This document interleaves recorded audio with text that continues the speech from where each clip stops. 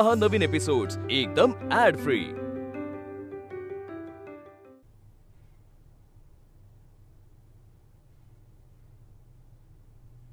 मुक्ता, ही साडी बघ कशी वाटते? काय हो, तुम्ही ना रोजच्या मधलीच एखादी साडी निवडा। नवीन साडी मध्ये घरातली कामं करणं अवघड आहे। चालेल, पण मुक्ता हे बघ, मी जी साडी चूज करेन ना तीच तुला नेसावी लागेल। अगं आपल्यासाठी महत्वाचा दिवस आहे। अगं आपली रेणुका आपल्या सगळ्यांसाठी स्वतःच्या हाताने पहिल्यांदा स्वयंपाक बनवणार आहे, त्यामुळे किचन मधला आनंद सेलिब्रेट व्हायला हवा ना। तुम्हाला ना कारणच पाहिजे। हे यार मुक्ता, आपली रेणुका किती बदलली आहे ना। राग राग नाही, चिडचिड नाही, अगं सगळ्यांची छान वागते, स्वयंपाक बनवायला शिकते। मोठ्यांना कधीच वाटलं नव्हतं की रेणुकाताई त्यांच्याशी कधी चांगल्या वागतील। आई ही प्रेमाची हाक ऐकायला त्या लय तरसल्या होत्या। हो, फक्त आई जरी म्हणत नसली ना, तो आनंद, ते समाधान तिच्या डोळ्यात दिसते। एकदा तू मला म्हणाली होतीस की संबळातून जर चांगला आवाज काढायचा असेल ना तर त्याचा दोर एकदम घट्ट बांधावा लागतो। वय, आपल्या घराच्या बाबतीत पण तू तेच केलेस, सगळ्यांना एका सुरात आणलेस। तुम्ही ना मावा असं सारखं सारखं कौतुक नका करत जाऊ। मला असं लय अवघडल्यासारखं होतं। मी या घराच्या चांगल्यासाठीच एवढी धडपड करते आणि तुम्ही लगेच असं कौतुक करता। मुक्ता, तू ना अनबिलिव्हेबल आहेस। अगं तुला माहिती आहे, मी ना वेद आणि रेणुका यांचे फोटो काढणार आहे, प्री वेडिंग शूट करणार आहे। अगं म्हणजे कसं आहे की त्यांची फोटोची आणि माझी फोटो काढण्याची हाऊस पूर्ण होईल। म्हणजे प्री वेडिंग म्हणजे? प्री वेडिंग म्हणजे मुक्ता, या आधी कसं असायचं की लग्नातच फक्त नवरा नवरीचे फोटो काढले जायचे, पण आता लग्नाच्या आधी स्पेशल असे नवरा नवरीचे फोटो काढले जातात, त्याला प्री वेडिंग फोटोशूट असं म्हणतात। आणि यासाठी नवरा नवरी दोघे एकदम मस्त नटून थटून तयार होतात। हो, मुक्ता तू ही साडी नेस, एकदम छान दिसेल तुला। चालेल।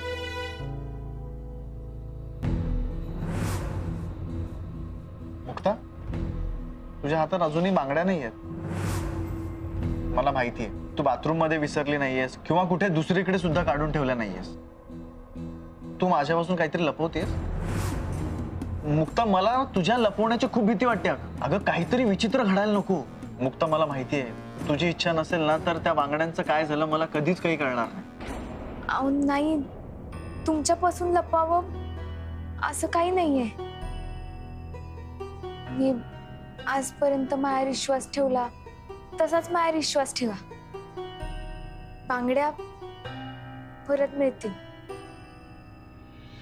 हो, पण तोपर्यंत तुझे हात असे मोकळे राहायला नको। एक मिनिट थांब।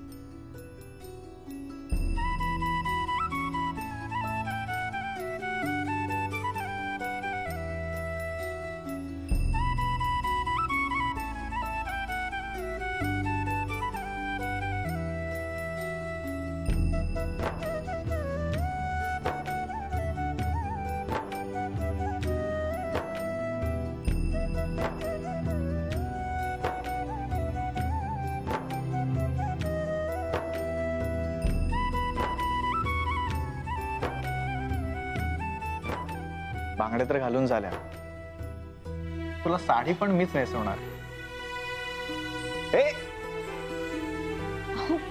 काय काय करताय तुम्ही? सोडा, कोणीतरी येईल, तुम्ही येऊ दे ना। मी घाबरतोय का कोणाला? सोडा म्हणता। येऊ दे अरे मला त्या याचं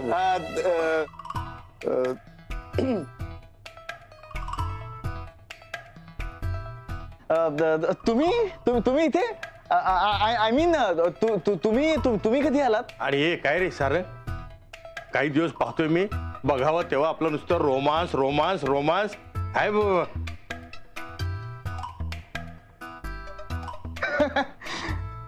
काका जळतंय ना? जळतंय ना? तुम्हाला पण दिली आहे ना, तुम्ही पण करा की रोमॅन्स बिंदास. अरे बाळा, लग्नानंतर पहिले 5-7 वर्ष आहे ना, तेव्हाच असा छान रोमांस वगैरे असते. नंतर मग काय ते अरे हो, मी मुख्य जी गोष्ट सांगायला आलोय तेच विसरून जायला तुम्ही. मुक्ता, अगं ती रेणुका किचन मध्ये तुझी वाट बघते केव्हाची, फार गोंधळून गेली ग ती. वय वय आलेच.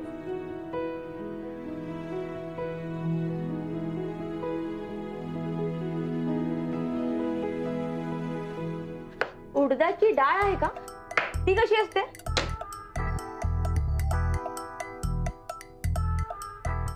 ही घ्या, ही उडदाची डाळ आणि हिंग. हिंग ते काय त्या डब्यामध्ये आहे. कुठलं? हे बघा, हे बघा. काय करतात याचं? एक मिनिट. आणि ह्याच्यात चिंच पण लिहिली आहेत ग. पण चिंचेची चटणी करणार आहोत का? चला करूया सुरुवात. हो ना. ये ये. एवढे सगळे पदार्थ मला फक्त तुझ्या नवऱ्यामुळे बनवावे लागतात हा? पण मावा नवरा तुमचा भाऊ आहे बरं का. अरे यार, अशा भावापेक्षा दुश्मन परवडला. मी माझ्या आयुष्यात माझ्या आवडीचा पदार्थ कधीच बनवला नाही, पण आज या घरातल्या सगळ्यांच्या आवडीचे पदार्थ बनवायची वेळ आली आहे माझ्या. पिठलं काय, भाकरी काय, अख्खा मसूर काय, एवढं सगळं. सारंग, काय चाललंय तुझं हे? अगं मी ना तुझे कॅन्डिड फोटो काढतो. म्हणजे तुझी किचन मधली धडपड ही एक आठवण आहे आमच्यासाठी, आणि ती कशी जपायला हवी की नाही. अगं यार रेणुका, तू काय मारतेस? हा फटका पण लक्षात राहायला पाहिजे ना. ओके ठीक आहे, तू नाही म्हणालीस ना तरी तुझे खूप फोटो काढणार आहे मी. अगं तुला तर माहितीये मला फोटोग्राफीची किती आवड आहे, आणि त्यात माझ्या एकुलते एक बहिणीचं लग्न आहे ग. हा, असा चान्स सोडत असतो का मी? बर ठीक आहे.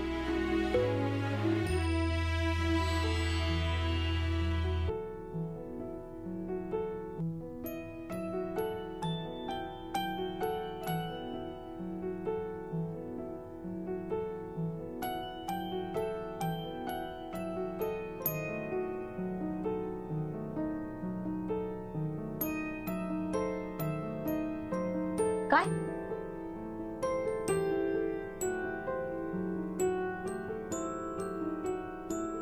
काही बोलणार आहेस की मी माझं काम करू? तुला खूप मिस करेन यार.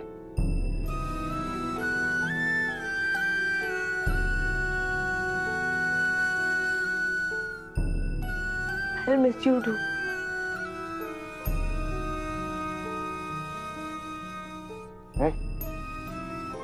रडती?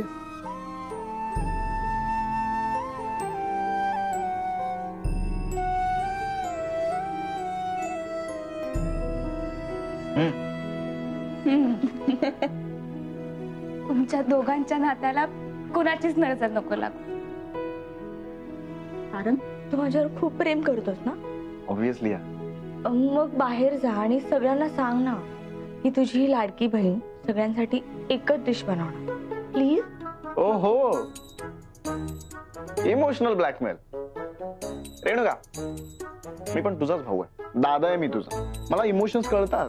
त्यामुळे जेवण बाजूला आणि हे तुझं इमोशनल ब्लॅकमेल एका बाजूला. कळलं? तुला ना चांगला धोपटलाच पाहिजे. अगं रेणुका, अगं बघ. ठीक आहे ठीक आहे, कामाला सुरुवात करूया. बर.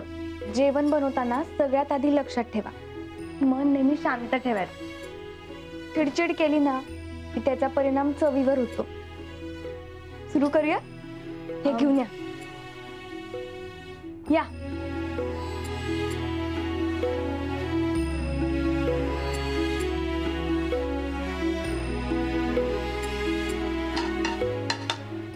दादा, हा, अरे काय नाही. हा, हे तहान लागली होती, पाणी प्यायला आलो. तू चालू चालू दे.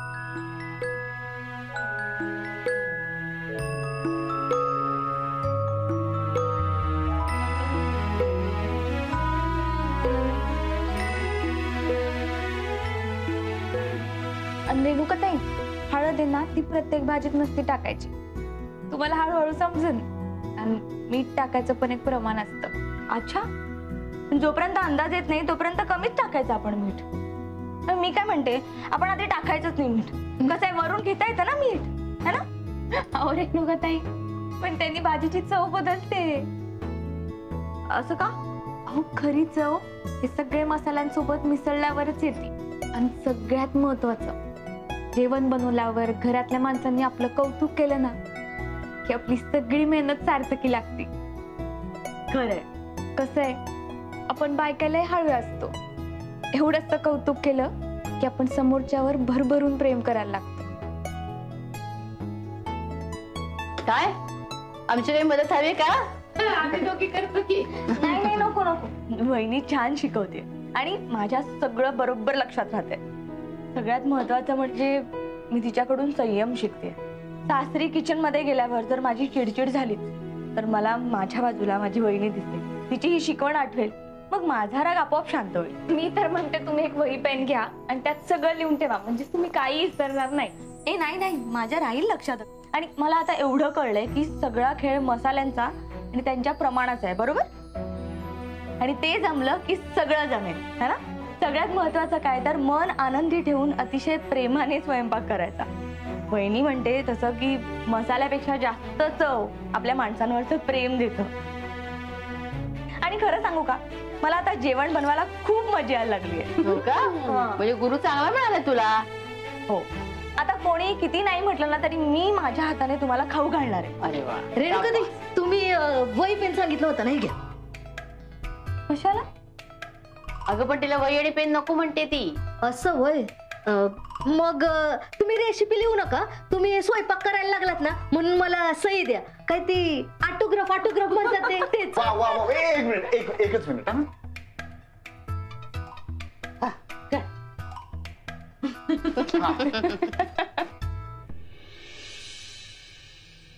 वा रेणुका, या स्वादिष्ट पाककलेचा सुगंध अतिशय मस्त दरवळतोय सगळीकडे.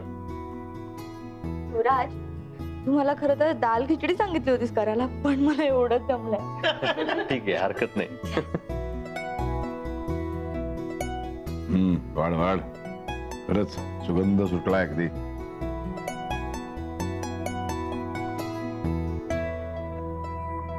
आत्याला विचारायचंच राहिलं. सॉरी आत्या. नाही नाही, सॉरी वगैरे काही गरज नाही, सवय झाली आता मला. बरं, माझ्यासाठी काही भाजी वगैरे केली नाहीयेस ना? मग मी इथे बसायचं की जायचं? अंबिका, कशाला नाटक करतेस ग? लेकरांनी इतकं मनापासून प्रेमाने जेवण बनवलंय, खा ना. या सगळ्यांच्या आनंदापेक्षा तुझा अहंकार मोठा आहे का? दादा, तुला आठवतं का रे, म्हणजे मुक्ता बरोबर तू चॅलेंज हरला होतास ना, तेव्हा मुक्ताच्या हातचं बनवलेलं तुला खावं लागलं होतं. त्यावेळी नेमकी तुझी भावना काय होती रे? काय ना अंबिका, बोलायला मुद्दा नसला की माणूस भूतकाळामधल्या गोष्टी अशा उकळून काढतो. पण जो शहाणा असतो, हुशार असतो, तो अशा गोष्टींवरती प्रतिक्रिया देत नाही. वंस, अहो रेणुका विसरली असेल कदाचित. आणि आता सगळ्यात महत्वाचं काय आहे की तिने स्वतःहून आपल्या सगळ्यांसाठी स्वयंपाक केलाय आणि तुम्ही सगळ्यांमधले घ्या ना थोडं थोडं. भेटलं देऊ का तुम्हाला मी? नाही नाही, रेणुका मला विसरलीच नाही. तुम्ही तुम्ही तुम्ही ना सगळ्यांनी तिला विसरायला भाग पाडलं. अरे देवा, माझ्या नवऱ्याला तिथे कैद्यासारखं एका रूम मध्ये बंद करून ठेवलंय आणि मी माझं कुटुंब म्हणून इथे निर्लज्जासारखी बसले. माफ करा, मी नाही इथे बसू शकत. आत्या प्लीज. घरातल्या माणसांची आवडती भाजी विचारताना त्या घरातल्या माणसांमध्ये मी दिसले नाही ना तुला, मग इथे माझी काय गरज आहे? मम्मा, तू माझ्या आवडीचं खा ना प्लीज. नको बाळा, असंही तुला वाटतं ना तू आमच्यामुळे अनाथ झालीयस, मग ह्या नवीन कुटुंबाबरोबर तू आनंद घे ना.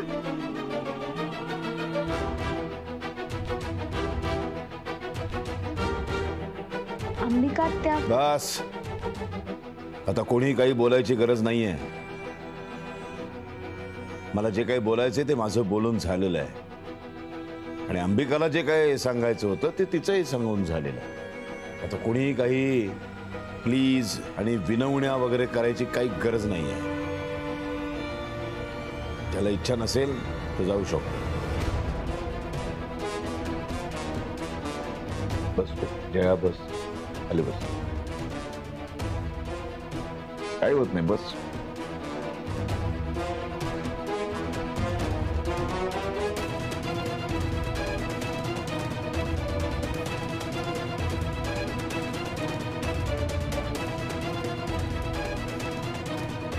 चला.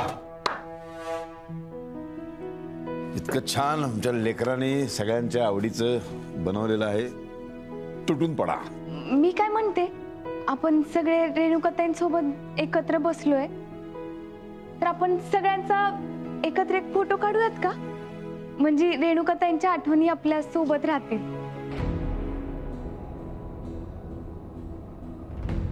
सारंग, हा हा दादा. एक काम कर, सगळे एकत्र जेवतानाचा हा आनंदाचा क्षण तुझ्या त्या कॅमेरामध्ये कैद करून ठेव.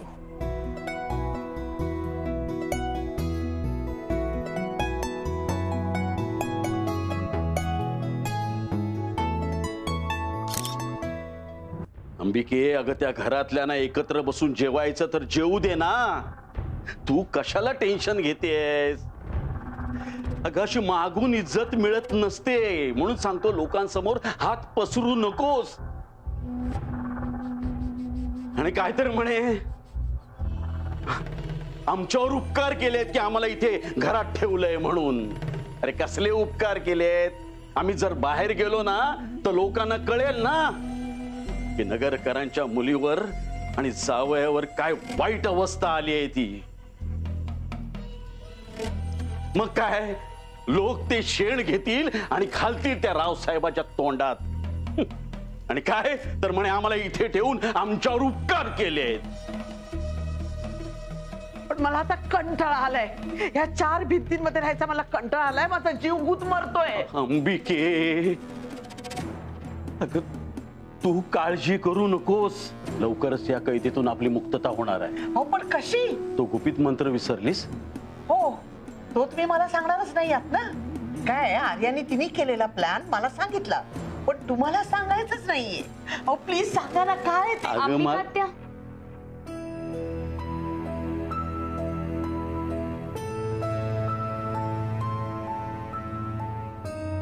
तुम्हाला दोघांना पुरेल एवढं जेवण आहे. फक्त तुम्हाला भाजी आवडते की नाही माहित नाही, कारण दत्ता मामाच्या आवडीची भाजी आहे. पण तुम्ही सोबत जेवू शकता. पण घरच्यांसोबत एकत्र बसून जेवण्याचा आनंद मिळणार नाही ना आम्हाला. खोलीच्या बाहेर न येण्याची शिक्षा दत्ता मामांना दिलीये. तुम्ही का स्वतःला कोंडून घेताय? मी समजू शकते, नवरा बंदिस्त असताना तुम्हाला बाहेर पडायची इच्छा नसन होत. पण मी म्हणते उलट बाहेर पडा, घरच्यांशी मिळून मिसळून राहा. सगळ्यांना प्रेमाने जिंकायची हीच वेळ आहे. अहो, मी आत्ता आली या घरात, पण तुम्ही दादांबरोबर जन्मापासून आहात. रक्ताचं नातं आहे तुमचं. मी सांगते आत्या तुम्हाला, तुम्ही 2 पावलं पुढे येऊन त्यांच्याशी प्रेमानं वागून बघा. 1 दिवस पण नाही लागणार त्यांचं मन इरगळायला.